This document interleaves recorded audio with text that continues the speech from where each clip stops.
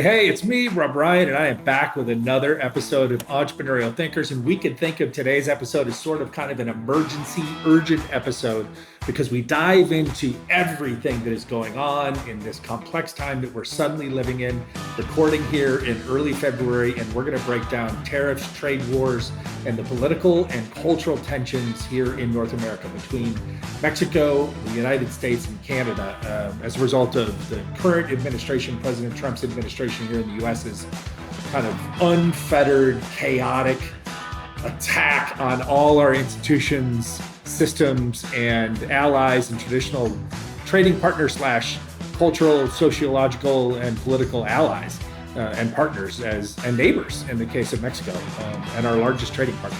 So there's just been so much fired at us from a geopolitical standpoint over the last just 2.5 weeks that I was lost and I was overwhelmed by it. And I thought there's no one better that we can reach out to than our friend, Alex Gonzalez, show alumnus. He's been with us before to help us think about these complex topics and these relationships. But he helps us break it down into kind of smaller, more consumable sections of information that we can understand, not just why it's happening, but also why the various parties are reacting the way they are, and then kind of helps us really break it out a little bit further, and more importantly, kind of from a big picture standpoint about how we got here, and then how do we go forward together? What does the landscape look like in the coming days, weeks, months, and years? So that's it. It's an important episode. I hope you enjoy listening to it as much as we did making it for you. And as times like this continue to kind of be as chaotic as they are, we will occasionally drop into our normal feed of episodes with expert insights like this. So I hope you look forward to that being a useful, valuable tool for you as well.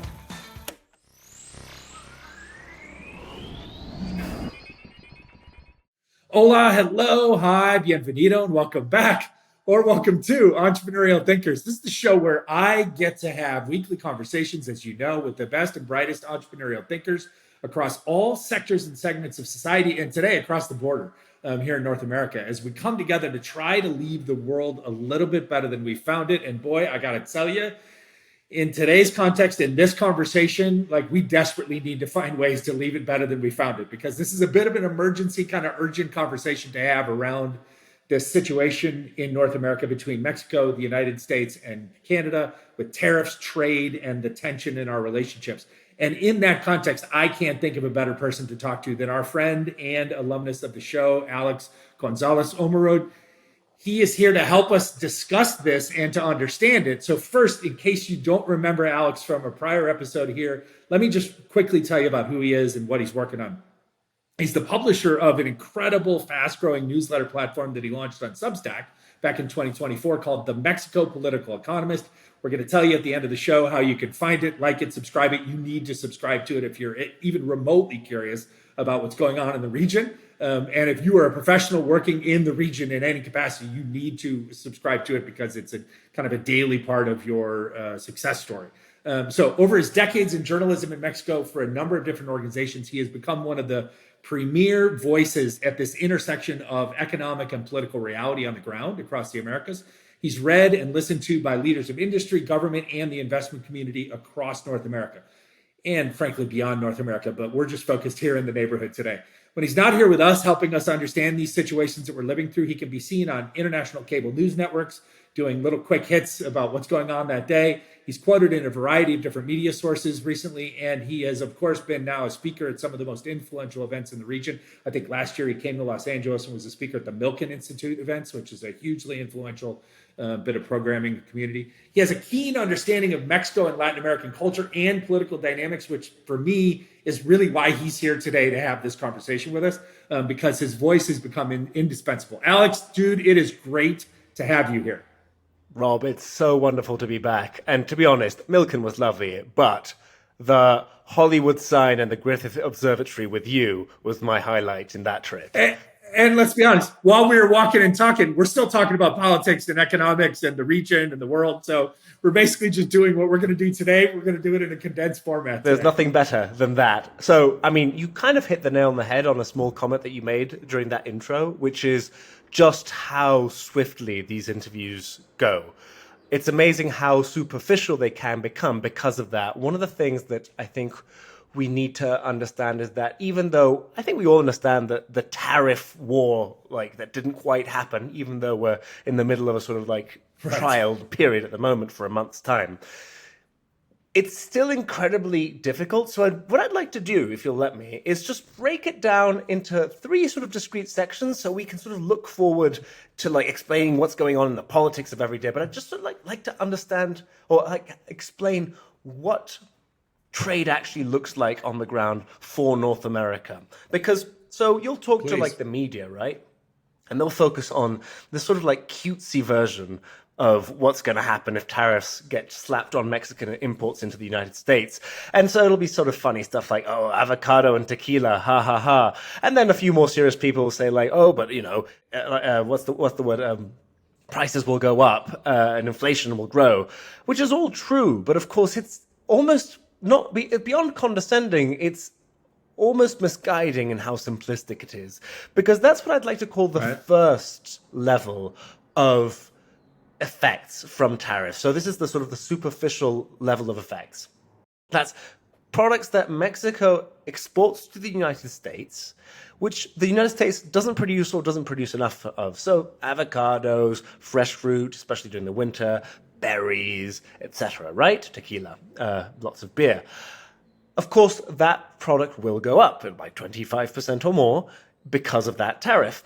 That's the sort of initial level. But you go down slightly, and a few people talked about this, but not nearly enough, which is the second degree of like the first degree of separation from like these products. So, for example, take Mexican beer. Modelo, after Bud Light's faux pas this year, became the most drunk brand of beer in the United States.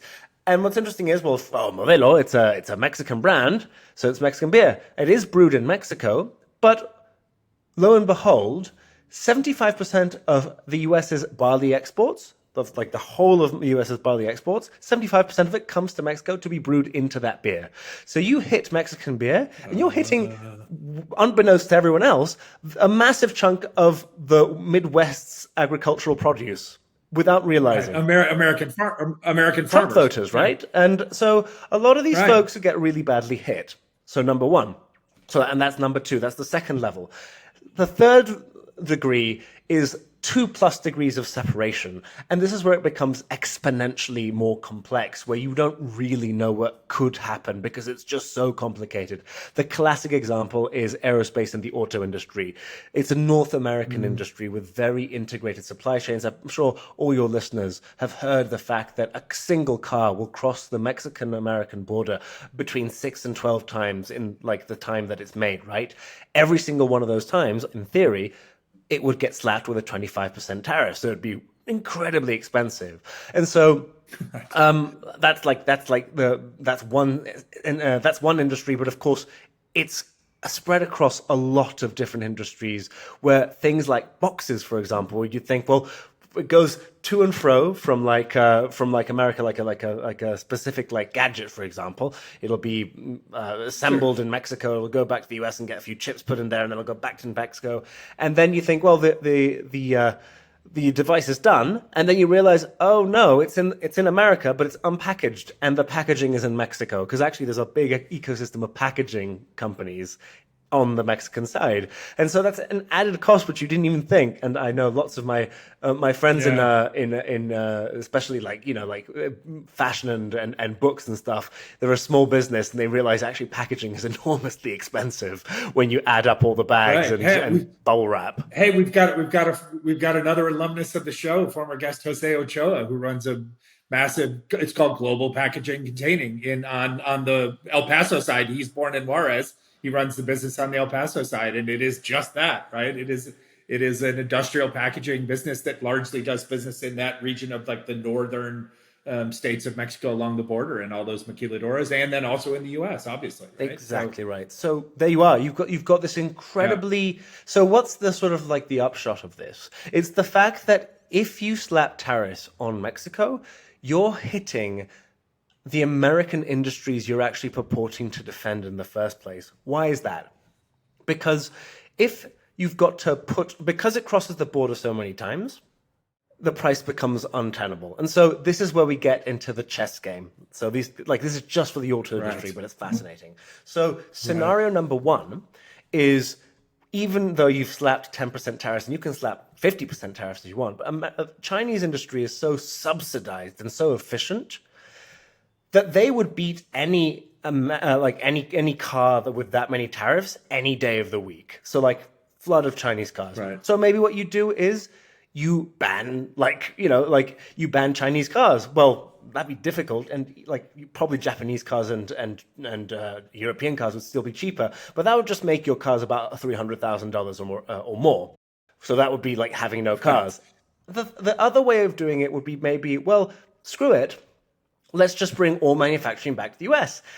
And that's what Trump wants, right? That's the logical thing to do, one more thing, except for, wait a second, why did these companies go to Mexico in the first place? And the answer is Mexico provides a very specific service that very few other countries can provide, which is very, very high-level technical expertise for stuff that hasn't or can't be automated, and they charge very little money for it.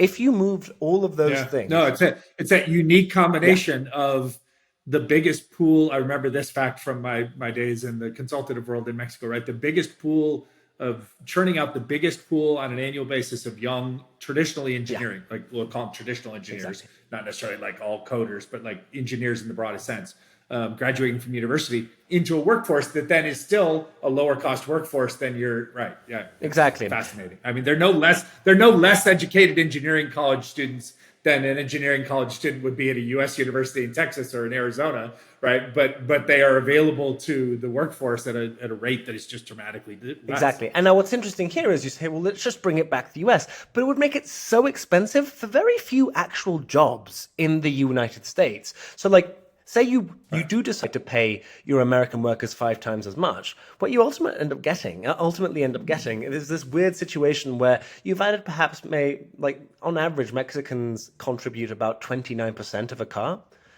made in North America, which, it's less than a third. The rest is American, Canadian, and often Chinese, right?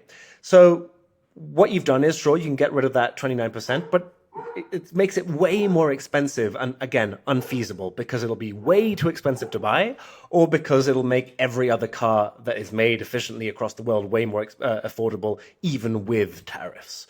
And so ultimately we're stuck in this situation, right? There are other sort of middle of the way options where maybe to protect yourself from any future tariff threats, instead of crossing the border 6 times, you cross the border 3 times. But that would actually bring jobs away from America and into Mexico, because that would mean high-paying jobs, technical jobs, we'll have to train them up in Mexico, bring the investment over to Mexico, and then bring that over. So I wonder if you'd end up in a net positive scenario for the Americans, which I feel they wouldn't, because Americans actually have the best parts of the supply chain, which, again, because America is so obsessed with this self-loathing that it has with itself, it says, oh, we've lost all our auto industry. No, you've kept all the best bits for yourself and gave us the shoddy bits. Right, exactly. Yeah, no, it's 100% true. 100%. All right, now we've looked at that amazing analysis. Thank you for that. Only through one side. So I want to actually go back and use one of your other examples, not the auto industry, but the other one that you used, and illustrate how, and have you help explain to us kind of how the political chess game, right? The political gamesmanship of this, the bravado of the tweet or the extra truth or post, whatever you call these things that happens overnight, right? That's coming out of the White House, then forces the hand of the other partner. In this case, we're analyzing President Sheinbaum in Mexico, right? So in your barley beer example, right, here's what I was hearing as I was listening to that one, right? So okay, we're Americans, we're saying we're gonna put a 25% tariff on that beer, right? Okay, so then you're like, well, yeah, but the ripple effect of that is that then that's gonna affect the barley. And by the way, 80% of the barley that's in that beer that's getting brewed in Mexico is being bought by Mexico's companies from American farmers. So Yeah. now you're basically penalizing American farmers because you're going to reduce the barley consumption or what they can sell. And over the way, that same American farmer, as you said, in the Midwestern Rust Belt is probably a Trump voter, which means they probably are also drinking that beer. So they're going to pay for it when they go buy the beer at the convenience store at the Quickie Mart, but they're also losing sales of their barley. Yeah. But now what also happens, because we didn't do this part, what also happens when then President Sheinbaum or Prime Minister Trudeau has to politically respond and say, okay, you're going to throw a 25% tariff on the beer that comes out of our country. We're going to throw a 25% tariff on all the barley that we import from your country, all the ingredients, all the pieces. So now we have like, okay, so you're going to put a tariff on that car when it crosses the border 6 times, America? Okay, guess what? We're going to put a tariff on that same car when it crosses back in the 5 or 6. Not quite. And so now all of a sudden we have this like dueling. It doesn't work that way. Well, it would if everyone were Trump, but luckily enough, not everybody's Donald Trump. I think Justin Trudeau and Claudia Sheinbaum were far more strategic about this, mostly because of the power at play, right? Like, America's far more powerful than either of these two countries, and so they've got to be far more strategic. Mexico's actually historically been very, very effective at doing selective tariffs and penalizations over the course of history to hurt, like you heard Justin Trudeau say the quiet bit out loud, basically saying we're going to hurt red states. Mexico doesn't say it, they just do it, and they specifically target red districts. So they get very small about this.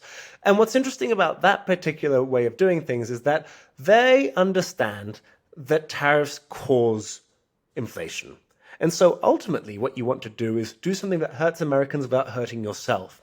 I've always actually been of a belief that really the best way to respond to Trump's threat of tariffs is to do absolutely nothing.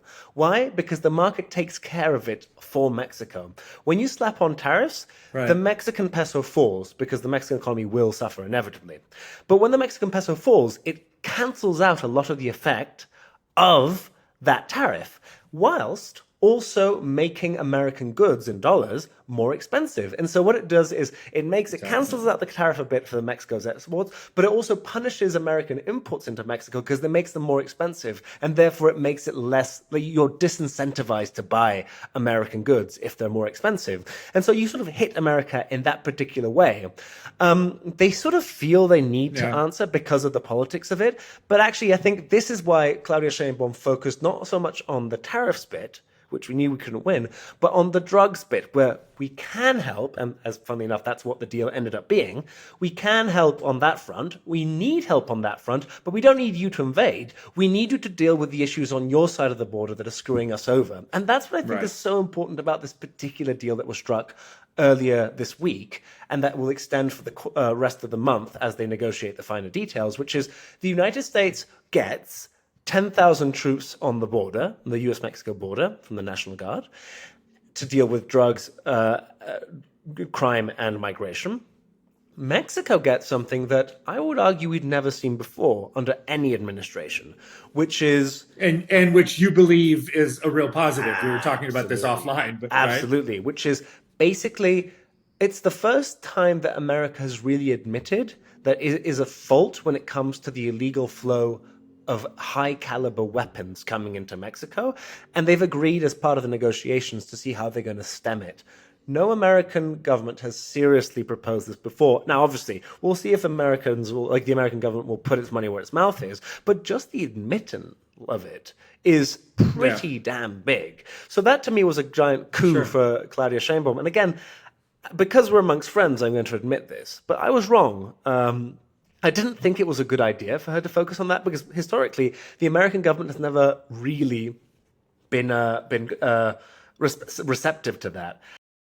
I think they were right. So we don't have to like punch back to the bully that punches or like, and so you were concerned about that, but maybe in not even that necessarily. It was just they were distracting from the main point, which is the economic side. But of course, Trump is mixing the economic and the political to such an extent that I think Mexico would be wise to do the same.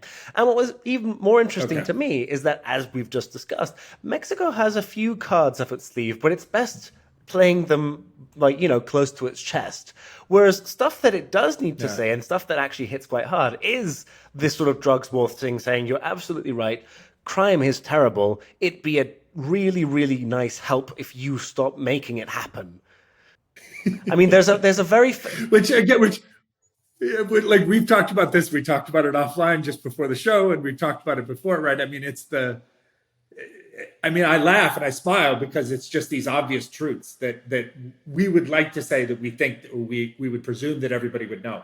Obviously, we're exposing the reality in the American society right now is that there are massive chunks of people who literally have no idea what the truth is, right? And they have little to no basis in fact. So to emphasize some of these things are just true. Like, hey, yes, you have a drug problem there, so you're creating extraordinary demand, and then our cartels, our industry is fulfilling it, and yeah, that's a problem. Okay, right. So if you could work on that end, we can work on this end, and then by the way, you're saying that we have cartels that are too strong and they're essentially terrorist organizations. Well, guess what?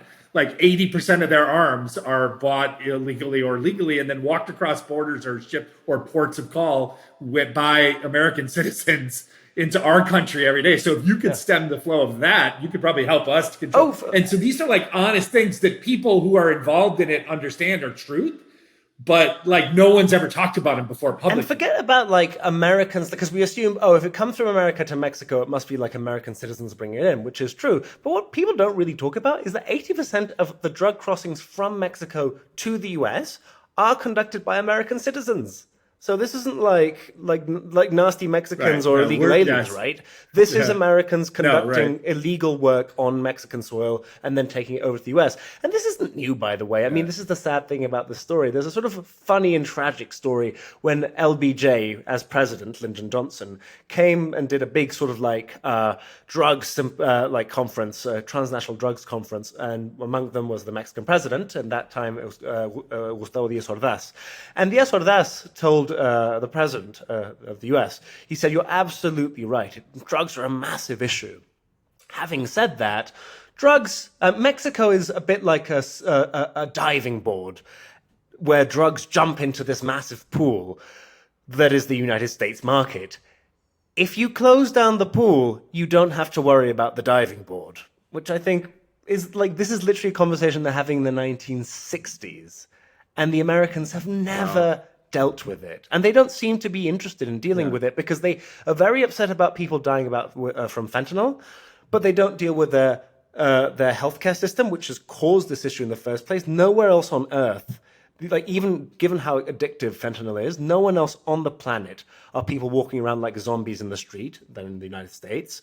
Nowhere else in the world is there such demand for drugs. I mean, this is like for the legal market for drugs, and it's more or less parallel for the illegal market. But like for the legal, pharmaceutical market, the United States is about 5% of the world population. It consumes 50% of the world's pharmaceuticals.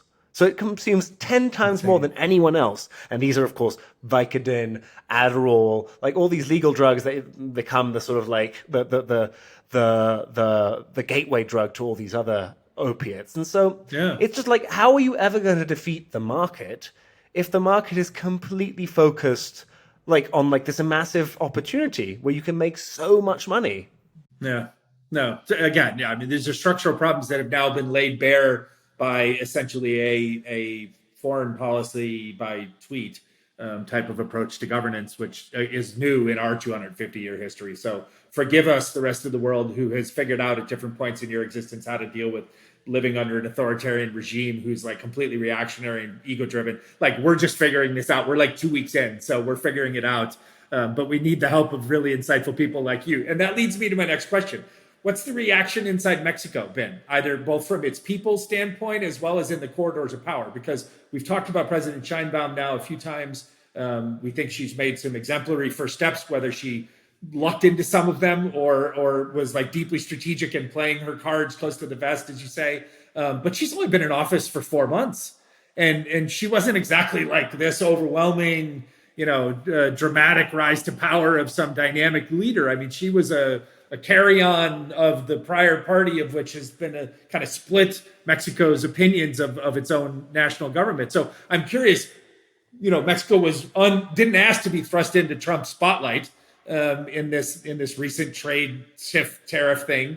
But what's the reaction been both at the citizen level, and then what's the reaction level inside of the corridors of power? So I think predictably everyone's incredibly relieved from this, and people do rightly, I think, attribute to President Sheinbaum the we'll call it the temporary respite that we've received. It is a triumph in itself because tariffs would have been terrible. It looks very like a receding possibility that will happen, even though we've still got a month of hearts in our mouths. It looks like that threat is now receding because there is within the US's interest, number one, to claim that the negotiations over the course of this month were a success, and to not sabotage their own economy, which I think they understand might be a bad idea, especially given that there were loads of consequences with the stock market, with inflation, with like runs on like supermarkets before the tariffs even came into effect. So you've got that. I think on the other side of things, the trickier part, and especially talking to American media like yourself with like sort of your heart on both sides of the border, it's particularly interesting to sort of talk about this here, is the fact that it makes it more difficult, I'd say, to bring out the fact that you do need to treat Claudia Sheinbaum like a politician who needs to be held to account. There are lots of stuff that she's doing that isn't that great. And because especially because she's a woman, because she's a very successful president, progressive president who's standing up to Donald Trump, so sort of David against Goliath thing, it makes her sort of like the perfect like heroine. It's not wrong, but it's also blinds you to all the issues that we're facing in Mexico that she could solve that she's not solving. So we're in the middle of an ongoing constitutional crisis as we speak because of the changes that this government is doing to the judicial branch, which may or may not ruin justice in Mexico. We just don't know yet. But that's the sort of like conversation we're having in Mexico until Mr. Trump stumbled into the stage. And so like that's what we do at the Mexico Political Economist, to be honest. Like it's one of those things where it's always tough to critique a popular government, but I think the best way to support a popular government that you actually agree with a lot of the time when it's facing up to a bully like Trump is to be as constructive as you can with your criticism when there's stuff to be criticized. I mean, you get a lot of good things with bad and vice versa. One of the last things we published, or the most recent things we published in the Mexico Political Economist, was this piece called "The War Has Brought Peace to Mexico," and it's based on the title of a book written by an old friend and colleague of mine, my old professor from Oxford. And basically, the book is called that because it's based in the Second World War and the effects that the Second World War had on Mexico's internal politics and how basically it brought everyone together. It boosted the economy. It made the United States come on side.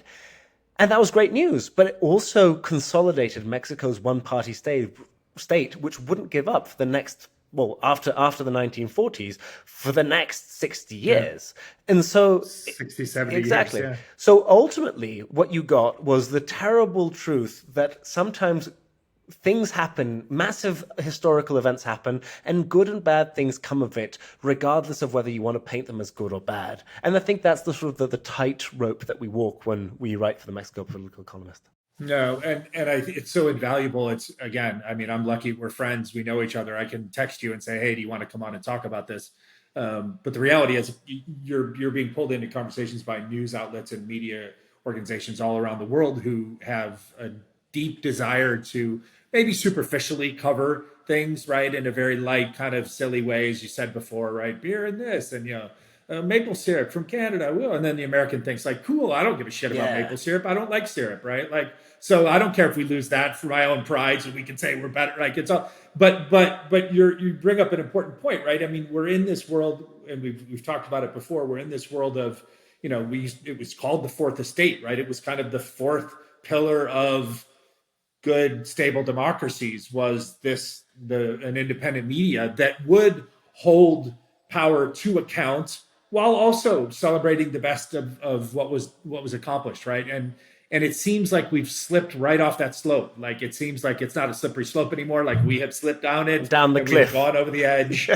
Yeah, like we're like, this is not like we might slip. Like we have slipped. We are over the edge, and we're like floating or dropping into this abyss of unknown. And into that unknown comes, a million independent journalists and analysts like yourself. So maybe we're creating like 700,000 estates.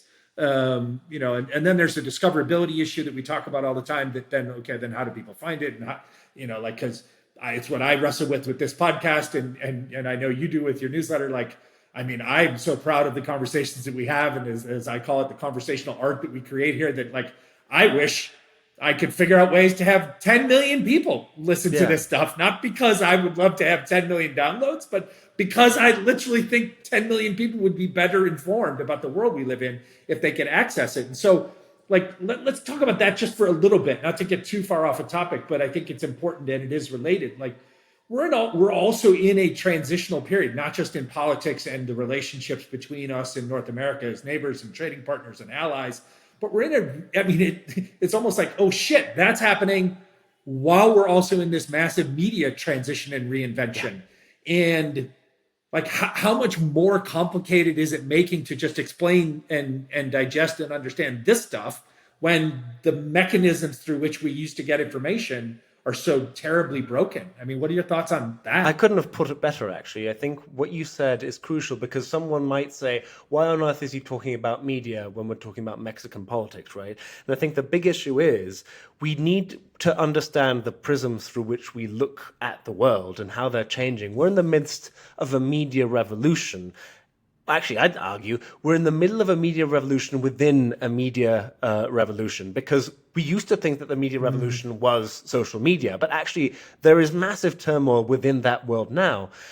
I mean, that's why we're on Substack in the Mexico Political Economist, because it sort of creates this wonderful world in which we build an audience brick by brick and very manually. It sort of rejects the virality of things. We're not looking for clicks. We do very bad clickbait if we do it at all, because really we want to get to the complexities of things that feel a bit tepid when they translate it into a quick quip on Twitter. And so what's interesting there is we can afford to do that because we are based on this platform called Substack that allows us to have a direct financial relationship with our readers. I mean, from like the corporate media that the left and the right criticize, like Elon Musk talking about USAID right now, saying, look at them financing liberal media, but also the left saying, oh, look at Rupert Murdoch and the Koch brothers in like corporate right-wing media, and who's actually speaking for the people? Well, ultimately, the people speak for the people. And that's what's amazing to me, right? This sort of relationship that I have with my subscribers who pay for my content, which then has this weird and wonderful result, which is I'm only accountable and beholden to them. I'm only beholden to my readers. And that, to me, is a wonderful thing to have. I 100% agree. I think it portends of a world in which all of a sudden, like, you're the New York Times and I'm MSNBC, and we're saying to each other, like, okay, how do we partner together so that our audiences can benefit from the vastness of the information and the context and the knowledge of the people that we bring on, in a way that in the past, like MSNBC and the New York Times might have coordinated. But we're never going back to that era. Yeah. Like the legacy ones that are out there that will persist and survive have figured out how to build more direct relationships with their subscribers, or they have figured out how to create digital subscriber business models. And so they'll persist. But by and large, we're not going back to the day, as I love to wax on, right, of Walter Cronkite and Edward R. Murrow saying the exact same thing you did, which is, hey, I'm here to have a direct relationship with you, the viewer. I'm not beholden to the brands and the sponsors and the advertisers. That's like walled off on the other side of the. Now we've taken away those walls, and that has destroyed that trusted relationship, but it's being replaced by a more honest, authentic, says, okay, hi, I'm the Edward R. Murrow of my time. By the way, this is a huge compliment to you, right? I'm the Edward R. Murrow of my time, but I'm here to tell you from day one, like, if you value what I have to offer and the things I will bring through the people I will interview, you have to pay for it, because that's how I'm going to live. Like, so, okay, cool. I can deal with Edward R. Murrow being honest with me about the fact that I'm paying for his access to his knowledge. In the past, I would have, in the 1960s, I would have bought a box of soap, and I wouldn't have related the fact that I was buying that soap and I was paying for Edward R. Murrow's salary at CBS because I saw that soap ad on CBS, like, and I was okay with that, right? Yeah, exactly. But we broke that. Like, those people that you referenced earlier broke all of those models in their favor and against the individual. So it's a fascinating time, but also, again, holy shit, like, could we just have one part of our society that isn't going through a fascinating, complex time all at the same time? I mean, right? I mean, like, could we have like some guardrails where we're like, okay, I could step off the treadmill for a minute over here, and like, whew, okay, now I can go back in and fight that fight. And we're like fighting, and this is a terrible reference from Los Angeles because it's on the brain, but like we're fighting 100-mile-an-hour winds that are fanning terrible firestorms that are like picking off houses, and we don't have enough water or firefighters to keep up with it. Yeah, absolutely. I mean, I'd say two things. For the price of a bar of soap, you can support independent journalism by subscribing to the Mexico Political Economist, or I mean, how many projects are you on right now, Rob? I can't even like beyond entrepreneurial thinkers. You're on like 900 things. Yeah, but it's the same thing. Like for the price of this annual sponsorship, which really is about $20 an episode, right? Like you can exactly. I mean, but it's. I say this all the time: better or worse, it's just different. But I think right, and I think this is crucial to me because I think you're right to worry that everything's sort of up in a down shit alley. I mean, down shit creek with a paddle. But what I think is fascinating is, with the emergence of both like independent self-funded media, independent sort of like non-profit media in sort of local areas, we're actually doing something pretty amazing, which is we're recreating a system that we actually thought was dead in the early 90s and like 2000s, which is the rise of cable television destroying local media. And actually local media is coming back. The niche is back. And what I think is really fascinating is the New York Times, Washington Post, Bloomberg, got friends there, love the work they do. But actually, they need us more than we need them. Like, if they disappear, like, the readers will have to put a lot more work into, like, agglomerating the news they're interested in. Whereas, if we disappear on the local scale, be it sectorial, be it geographical focuses, being, well, like, whatever interest you're in, suddenly the roots on which like the MSNBCs and the New York Timeses depend on disappear because they don't have the armies of local journalists that we organically have by covering the stuff that we cover. And that would wither away instantly. And so that power dynamic, I think, is really important in this age of oligarchy, especially in the age of self-censorship from big media. We need to remember not to despair, because if big media disappears, which may or may not happen, who knows, you needn't despair. You just need to put your back into finding the independent voices that are still doing that very good work on the ground. I love that. I've got a couple of kind of big but kind of quicker hit questions for you that I'm just curious about. So this is you as the political analyst that you are, as the journalist that you are. And in this first question's case, like looking at us in the United States and our current dysfunction from the outsider's perspective, which I think we all need, like how we've got to assume that this president has kind of an unfettered path that he can run and burn through our systems and our institutions, probably largely unfettered until the midterm elections in 2026.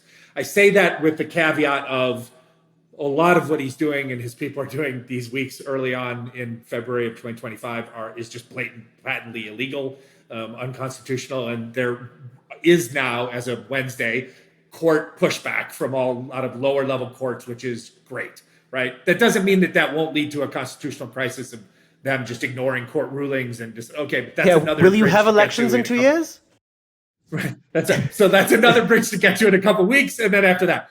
So back out for a second and just looking from the outside in, how much damage can this administration do to long-term relationships in North America? So this is what I'm really sad about for Americans, which is they think the crisis has been averted.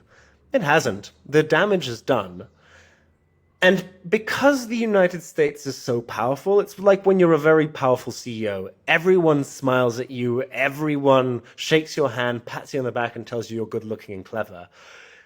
But if you abuse your power, people don't like you. People will try to find ways to overthrow you, to stop depending on you. I've argued quite intensely that the United States is no longer a reliable partner. And this is the sort of thing that the United States has historically said about other countries around the world. But I think we can comfortably say that as it becomes more authoritarian and erratic, that Mexico needs to stop depending as much on it. Now, I'm not saying should we abandon the US? Impossible and unwanted. We want to be close allies and partners with the United States as long as they treat us with dignity. But we can't be having 80% of our exports going to the US. We can't be having 55% of our imports coming from the US. We can't be having 41% of our IED coming just from the United States. We need to diversify.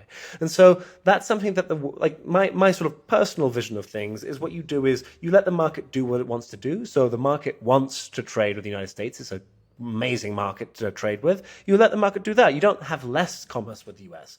What you do is you focus very heavily on trading with everyone else more, like government and private infrastructure going, really putting their backs deliberately into doing commerce with Latin America, with places like Europe, with Africa, with Canada specifically, and not bypassing, but creating redundancy from when the United States goes insane.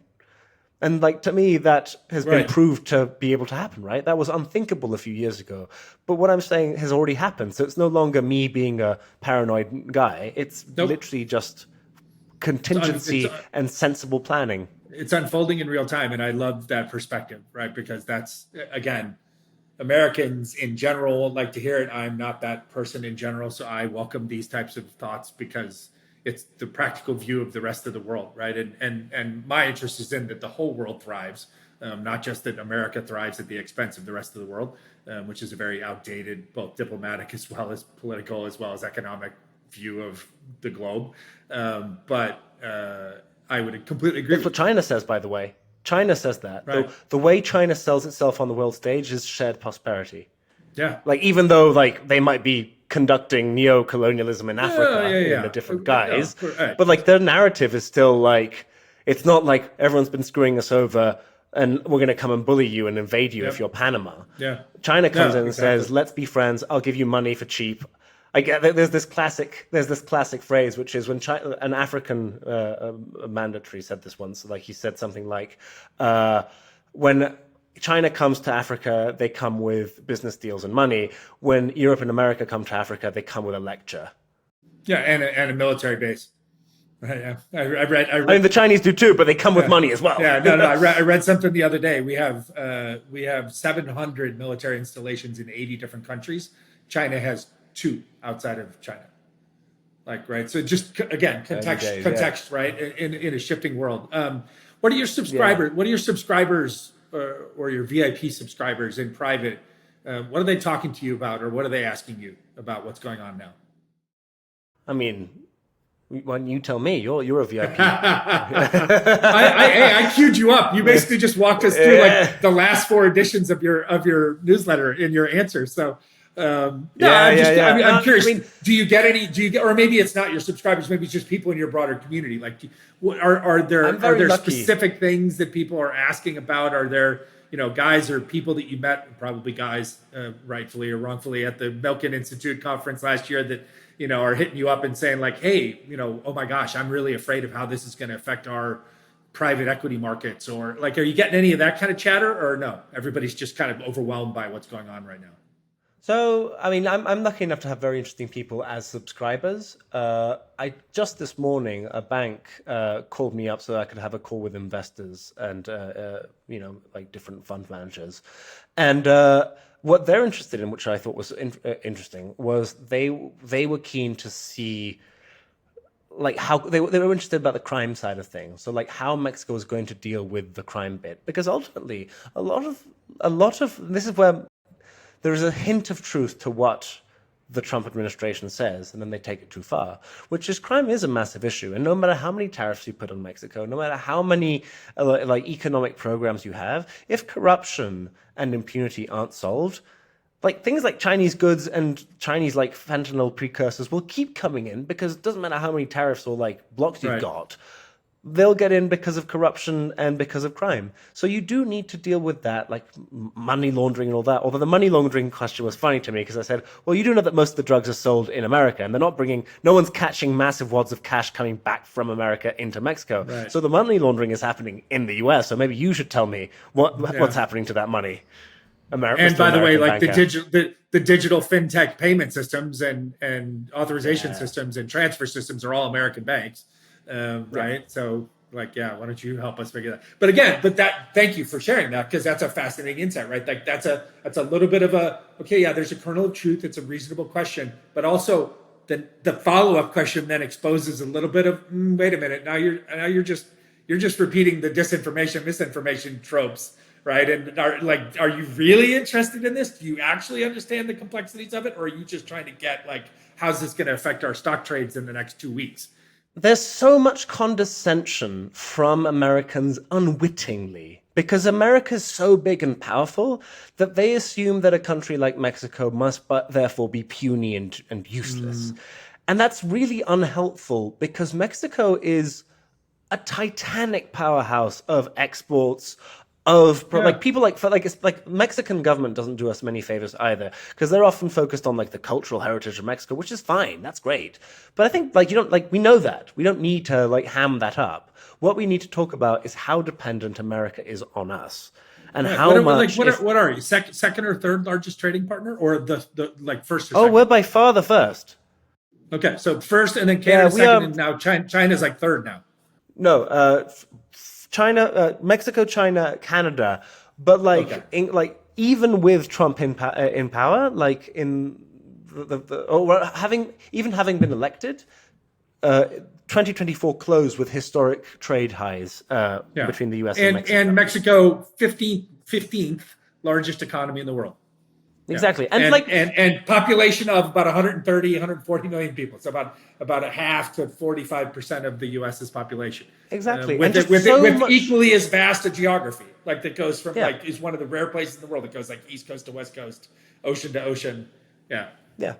And there's a few states, especially the smaller states, the more Republican rural states, whose economy depends almost, like, not a joke, almost entirely on Mexico and Canada. Like, there's this wonderful stat where North Dakota, 66% of businesses there, 100% of their business is Canada or Mexico. That's insane. Yeah. 6% of all their businesses depend entirely on these two countries. And that is, as we were talking about before, that is a proverbial red state. Like that is a very, very heavy, lean Trump state. All right, last question for you. Last question. We teased it unintentionally a couple of minutes ago. Like, is this what could unfold? Because we don't know what will, but just what could. And it seems like now it is a panoply of possibilities. Like, is what could unfold irreversible? Or is this the kind of damage that could be over the long sweep of real history? Like, is this the kind of damage that could be repaired in a new administration in 4 or 8 years, if we indeed ever have elections again?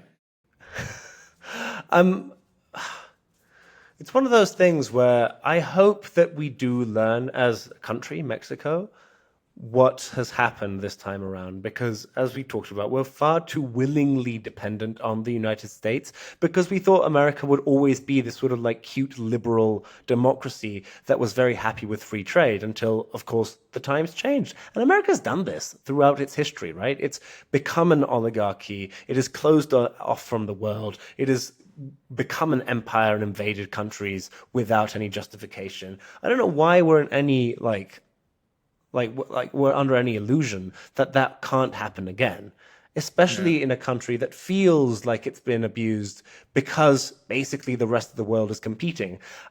We wrote this piece in the Mexico Political Economist called "The U.S. Has Betrayed Mexico," and it talks about basically the history of Mexico and the U.S. since NAFTA, the precursor of the USMCA. And this the free trade relationship where Mexico was told, you've been so stupid because all you've done is close off your borders, whereas the future and the only logical thing you could have ever have done is complete free trade. And what that did was ravage many of Mexico's local industries, agriculture, apparel, etc., made us very competitive on the few industries that made us completely dependent on the US. And then the US turned around and said, Mexico's laughing at us. I'm like, you've destroyed all our industry except for the ones that you've forced us to become competitive in. And now that we're finally competitive, you've decided to change the goalpost and say that that's unfair. So, like, the betrayal is real, even though Americans are too big to, like, notice. And so I think Mexico does need to learn from that.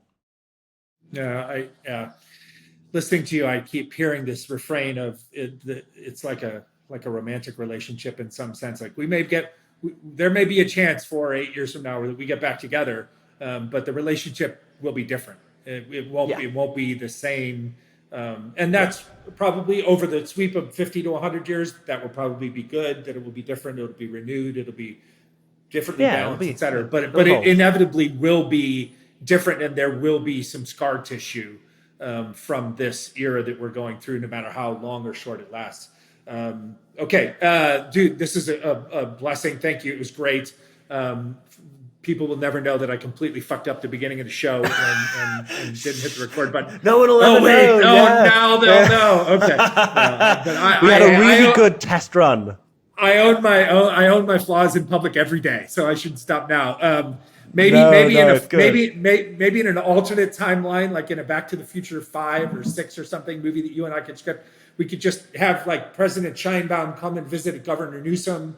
And then when Governor Newsom leaves office in 2026, Vice President Harris could run for governor here in California. And we could just make it bilateral trade between California and Mexico. We could just kind of like turn back the clock about 140 years. Yeah, exactly. And I think we all might be better off with some version of the new Pacific Coast Alliance of some sort. But your insights are invaluable. I like the instinct of just the rapid fire incoming bullets is to just want to know like what the hell happened today and how do we address it. And the truth is, even as I was writing the script the other day for this conversation, I thought to myself, like, I can't ask that question, delete that, because by the time we talk about it, it'll probably be different. And so there's not as much value in that, right? So thank you for kind of pulling on this taffy a bit and just letting us expand all the nuances of what's going on here. Because to the people that listen, again, like I always say, I'd love to just wave a wand and say life could be miraculously simpler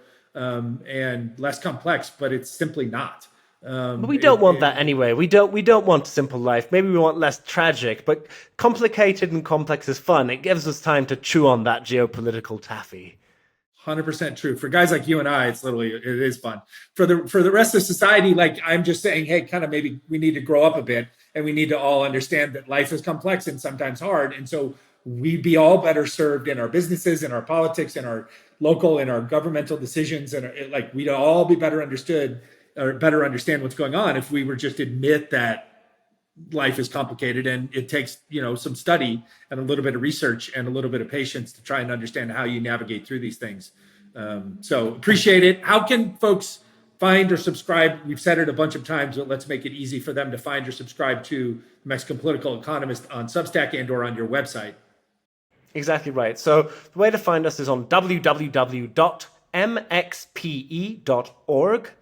And we'll just type in the Mexico Political Economist, and you'll find us on virtually every social media site. So we're on Twitter, we're on Blue Sky, we're on Substack, of course. We're on TikTok, we're on we're on LinkedIn. You're on more social media than I am. Not on Instagram for some reason, but there we are. No Mexico Political Economist podcast yet. Yes, no, we've just launched. So we've got a couple I didn't even know. Yeah, we've got a couple of episodes already out. Tomorrow's our third episode, so do listen. Actually, tomorrow's episode is fascinating because it's the history of the drug war. So, like, we're so focused on like the day-to-day, like horrible like news, the massacres, the killings. How do we actually get here? And like without the names, And so, and where do we find that on the proverbial wherever you find your favorite podcast? The podcast is called Mexico the Podcast, and you can find us on any reputable streaming platform. So Apple Podcasts, Spotify, and on the Mexico Political Economist site. Awesome. That's great. I'm glad I made that jokey comment there at the end because I did not know that we had launched it. That's terrific. Great. Good job. All right, buddy. Wonderful. Thank you so much. Well, I hope you enjoyed that episode as much as I did recording it. As always, we thank you so much for listening and watching. Today's show was recorded here in Los Angeles and produced by the incomparable Deanna Bernal in Mexico City. We can only grow this show by you listening and sharing the show with friends. So please find, like, follow, subscribe, and share our audio-only show on Spotify, Apple, or via any other popular podcasting platforms, as well as find the video version of our show now available on our YouTube channel over at Entrepreneurial Thinkers. And of course, you can follow along on our various social media platforms for fun and informative clips and content at Entrepreneurial Thinkers, wherever you can find us. And if you'd like to connect with me, you can find me at I Am Rob Ryan on just about any social media platform. Gracias, thank you, and have an awesome day.